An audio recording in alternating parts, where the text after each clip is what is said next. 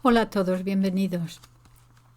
He estado leyendo un libro que es un libro ya bastante antiguo, no sé si habrá sido traducido al español, El colapso del globalismo. Este fue escrito, el autor es muy respetado, un gran autor, pero este libro fue publicado inicialmente en 2005, cuando todavía no se habían llevado a cabo muchos de los aspectos del globalismo, sobre todo los culturales, los cambios sociales. Todavía se estaba hablando únicamente de la economía. Y lo estoy leyendo, es interesantísimo. Y al mismo tiempo hoy he escuchado un vídeo en YouTube dado por el economista de la Universidad de Columbia en los Estados Unidos, Jeffrey Sachs. Seguramente ustedes lo hayan visto porque está bastante como comentarista no solamente sobre la economía, pero también sobre la guerra en Ucrania, muchos otros aspectos de la política internacional extranjera de los Estados Unidos. Él es americano. Y entonces dije, voy a hacer un vídeo sobre esto.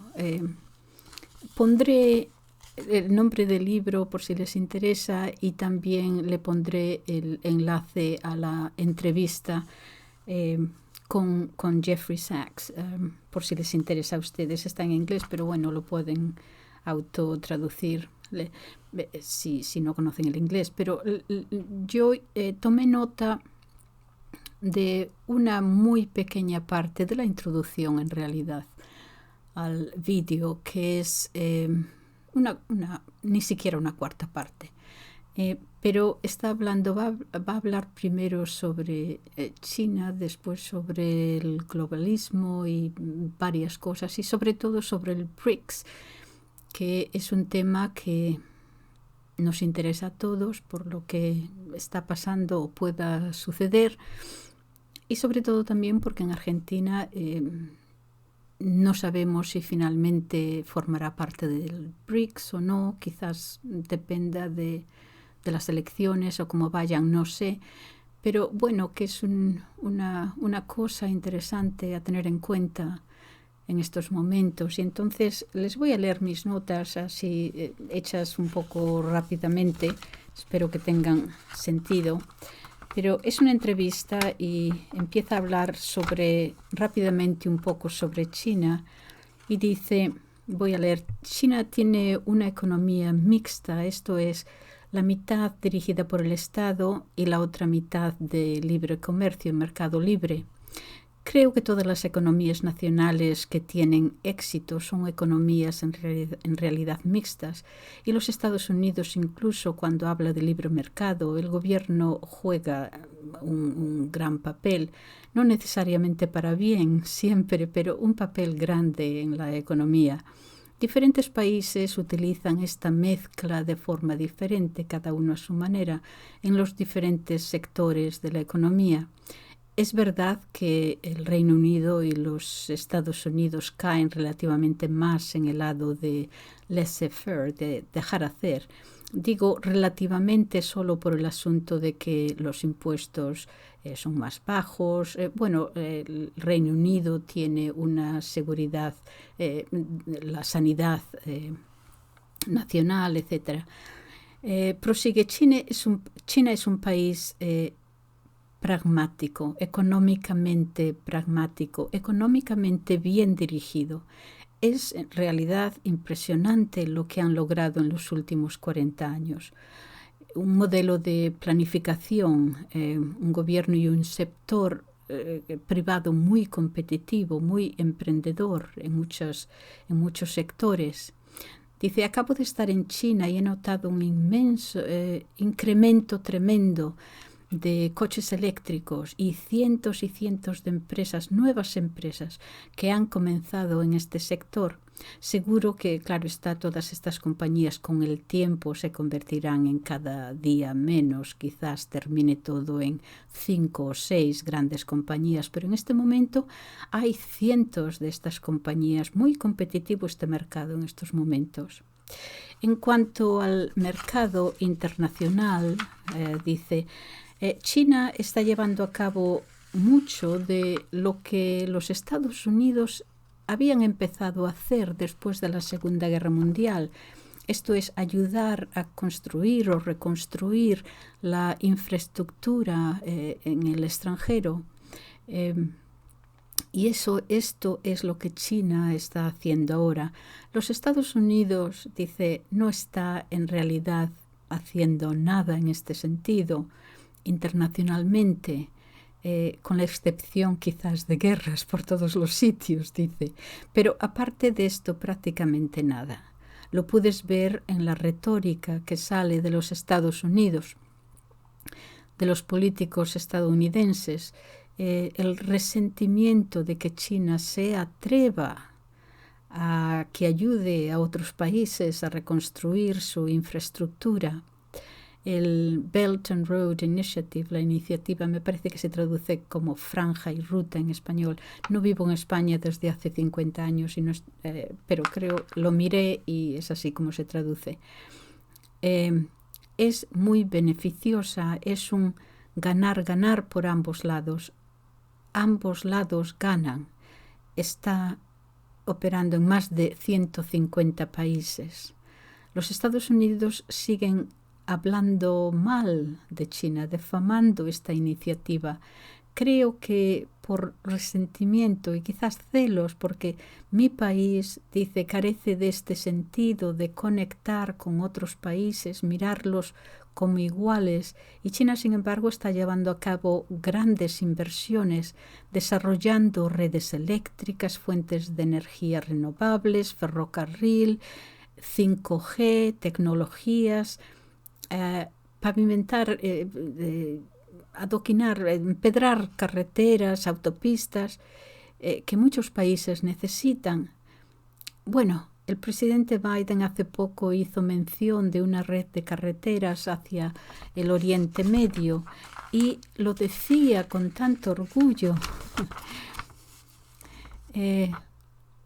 pero para lo cual no hay financiación alguna. Es un poco triste el verlo en realidad, si te soy honesto, porque China tiene cientos de estos proyectos llevándose a cabo en estos momentos, hoy en día, hoy mismo y en todo el mundo.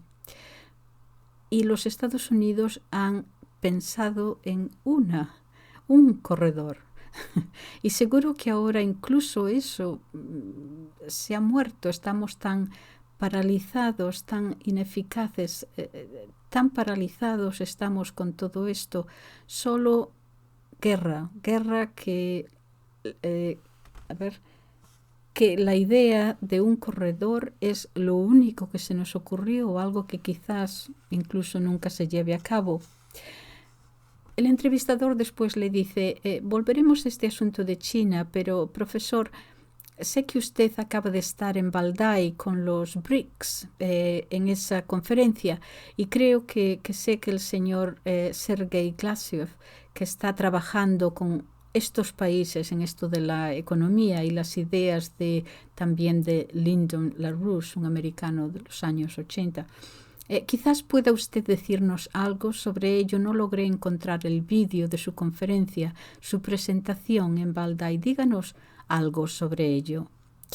Y el profesor Sachs dice, bueno, mi presentación fue sobre todo el resaltar el impacto que tiene el tener solamente una moneda universal, que ha sido el dólar americano desde la Segunda Guerra Mundial, y antes había sido la libra esterlina, antes de la Primera Guerra Mundial.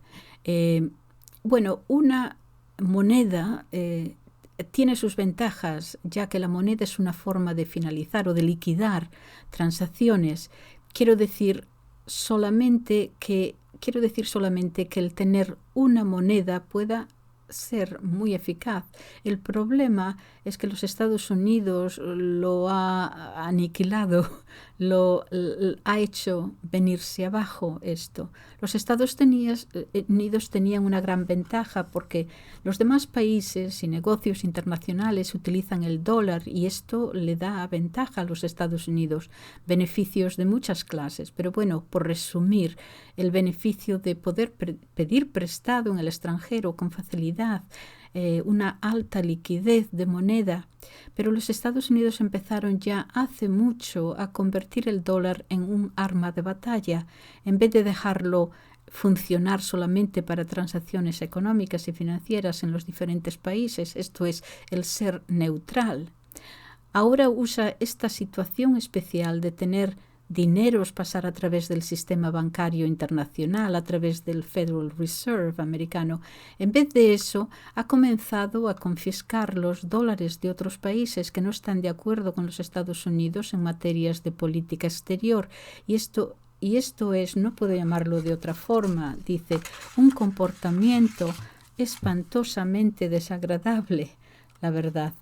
Porque, repito, el dinero es una forma de transacción económica, no algo que se use como rehén o cautivo al país. El dólar era tan fuerte que incluso cuando los Estados Unidos confiscaron los bienes de Irán, Corea del Norte, Venezuela, ahora Rusia. Incluso entonces a muchos países les gustaba utilizar el dólar, pero no les gusta porque una palabrita que tenga un país en contra de los Estados Unidos o de su política en el extranjero, los Estados Unidos entonces se les viene encima, les salta encima, dice, incluso congelar su dinero, el de ese país. Y el país no puede utilizarlo, pero es suyo, el dinero es suyo, de ese país y le pertenece, pero los Estados Unidos no les deja utilizarlo si van en contra. Es un comportamiento no muy bueno, que digamos, en mi opinión. Pero bueno, más allá de la moral, no está bien pensada esta política de los Estados Unidos. No a largo plazo no se puede sostener el seguir así. Porque ahora tenemos a los BRICS, países que están hartos de esto. Empezamos por Brasil, Rusia, India y Sudáfrica, pero ahora hay 6 países más: Argentina, Egipto, Etiopía, los Emiratos, Arabia Saudita e Irán. Y este es un grupo grande de países que dicen no queremos seguir utilizando esta moneda porque, para decirlo claramente, no queremos que se nos confisque o que se congele o que se robe nuestro dinero, que es nuestro y no lo podemos utilizar. Y entonces van a establecer un nuevo sistema de transacciones que se puede llegar a llamar el R5R, porque todas estas monedas empiezan con la letra R: el real, el rublo, el rupee, el renminbi, el rand. Bien. Se va a establecer un nuevo sistema de transacciones y yo creo que esto va a funcionar, esto va a tener éxito con el tiempo. Keynes, el economista inglés después de la Segunda Guerra Mundial, tuvo la idea entonces incluso de tener una moneda, pero una moneda que se hubiera llamado el Fondo Monetario Internacional, la moneda del Fondo Monetario Internacional. Él lo llamaba el Bancor, porque una moneda tiene ventajas, pero si se usa de una forma monopolizadora para la geopolítica o para las cuestiones militares, no va a subsistir, porque siempre se van a encontrar otras formas. Entonces, esta entrevista es interesantísima. Entonces como estaba leyendo este libro, tomé unas cuantas notas. Estoy en el principio, en el prólogo y un poco más. Pero es que trata de cómo empezó todo esto del globalismo. Y que empezó al principio solamente por una cuestión económica, financiera, que él cuando escribe todavía no habían llegado todos estos cambios, como dije antes, del woke y de todas estas cosas nuevas. Pero empieza a decir como inicialmente era una cuestión económica y financiera y después poco a poco se fue llevando a la política social y cultural de los países para poder cambiar esas culturas. Y la diferencia que hay entre liderazgo en las naciones, que casi no lo tenemos ya, y gestión, el administrar, el manejar. Y dice, voy a leer de nuevo las notas que tengo. La globalización como teoría económica nació en los años 70. Se fundaba en que a través de una escuela de teoría económica los países del mundo estuvieran ellos a favor o en contra, serían llevados en una misma dirección a través de la economía. Esto después fue adoptado por las políticas nacionales de cada país y después estas se convirtieron en leyes en los años 80 y 90, respaldados por la fuerza de que esto era inevitable. Y ahora estamos viendo los resultados, sobre todo ahora que los rusos a todo esto han dicho niet. Ahora estamos, por decirlo así, en un vacío, estos son mis pensamientos, esto de que desde ahora, desde que Rusia con esta guerra dijo que no a esto, que no iban a tomar parte, ¿no? Entonces estamos en un vacío, por decirlo así, en un interregnum, un entreacto intermedio entre, los Estados Unidos siendo la única fuerza unipolar y ahora con 3 países en realidad, multipolar. Dice el autor, cito de nuevo, civilizaciones, religiones, lenguas, culturas, naciones, incluso países que tienen, estos tienden a durar bastante.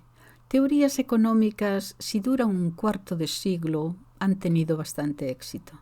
Medio siglo es raro. Más de eso se podría presumir de ello. Ahora, por un lado, dice, tenemos a los globalistas que declaran que la nación, la idea de país, está obsoleto, irrelevante, anticuado, y que un país y los políticos de ese país son solamente en realidad los soldados a pie, la infantería, que su función es obedecer las órdenes del poder globalista.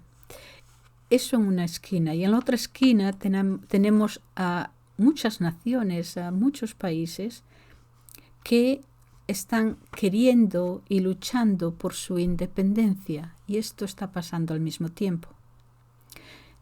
El liderazgo en el oeste se ha convertido en muchos países de Occidente. Lo vemos en, por ejemplo, la Unión Europea y su arrebato de soberanía de los países que forman parte de ella.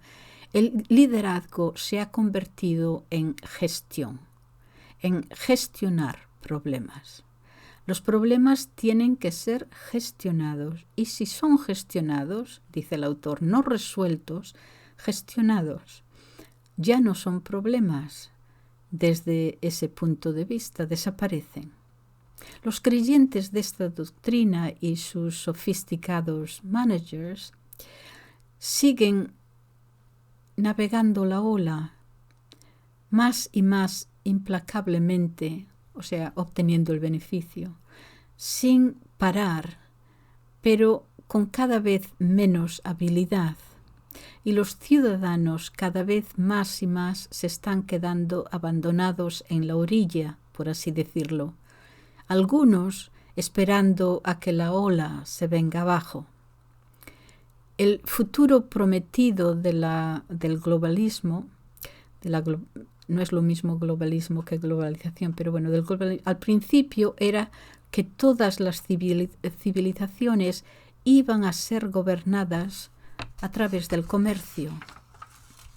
La política, la sociedad, la cultura de cada país, todo iba a ser percibido a través del prisma de la economía, la creación del mercado financiero internacional no controlado, el crecimiento de grandes transnacionales.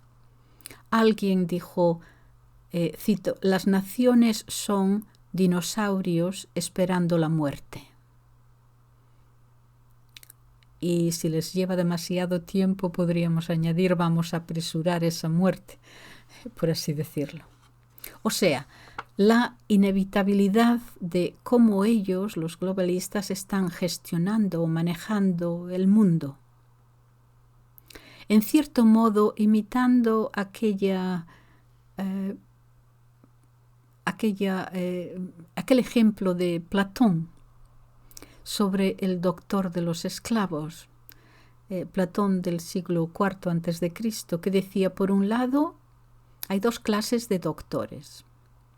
Por un lado tienes el doctor de la gente libre, del hombre libre, de los libres, y por otra el doctor de los esclavos.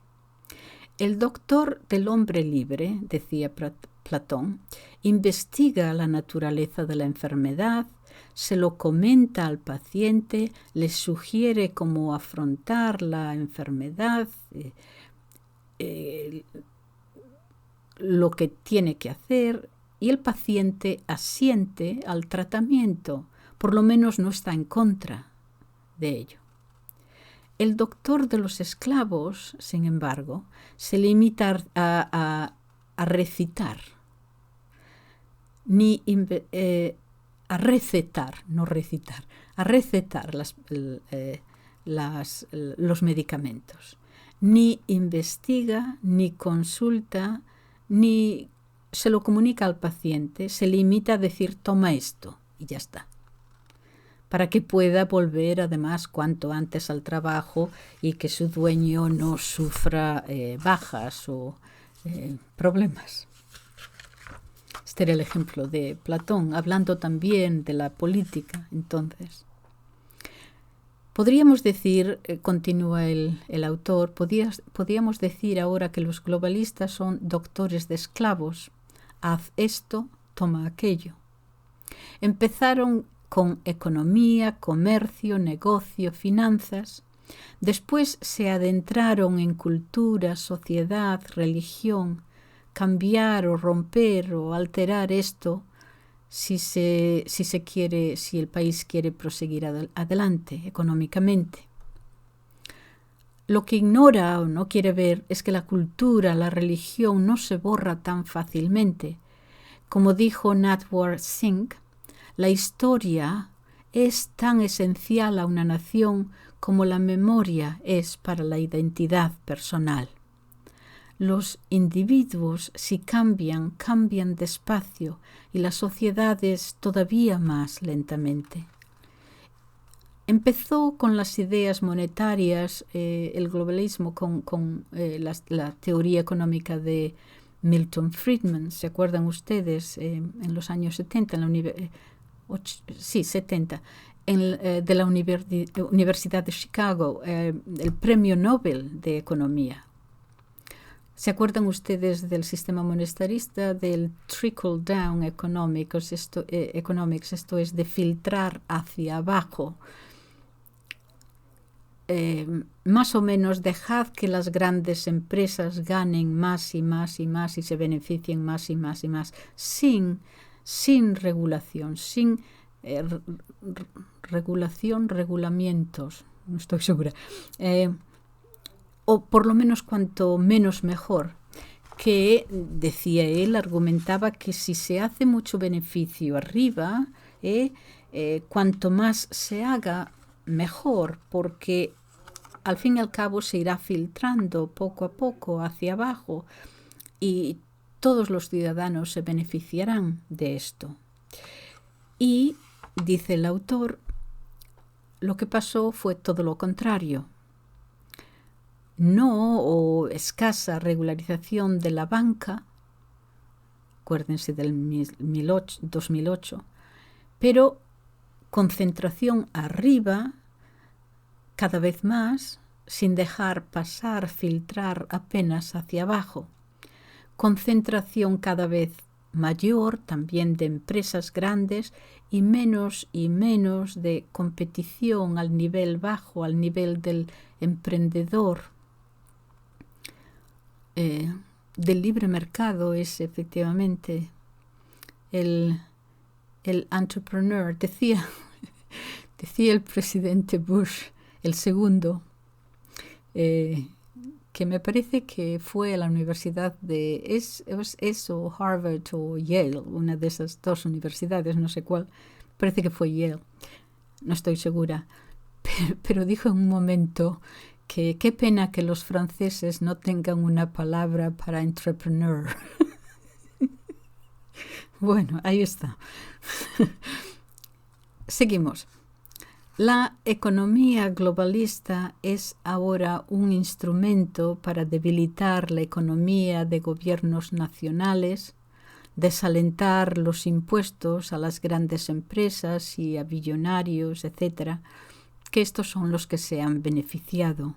No puede esto negarse.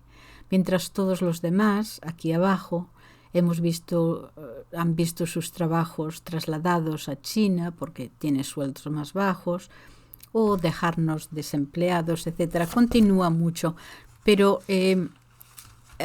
esto es lo que quería comentarles, simplemente porque yo estoy mirando a ver lo que va a pasar con Argentina y con los demás países sudamericanos. Con España, bueno, España no puede hacer mucho porque está unida a la Unión Europea y entonces no tiene soberanía en realidad. Tiene que obedecer a lo que le dicen. Bueno, este es el final de este vídeo, no quiero hacerlo muy largo y les pongo abajo esta entrevista con el profesor Sachs y el título del libro por si les interesa. Muchísimas gracias. Hasta luego.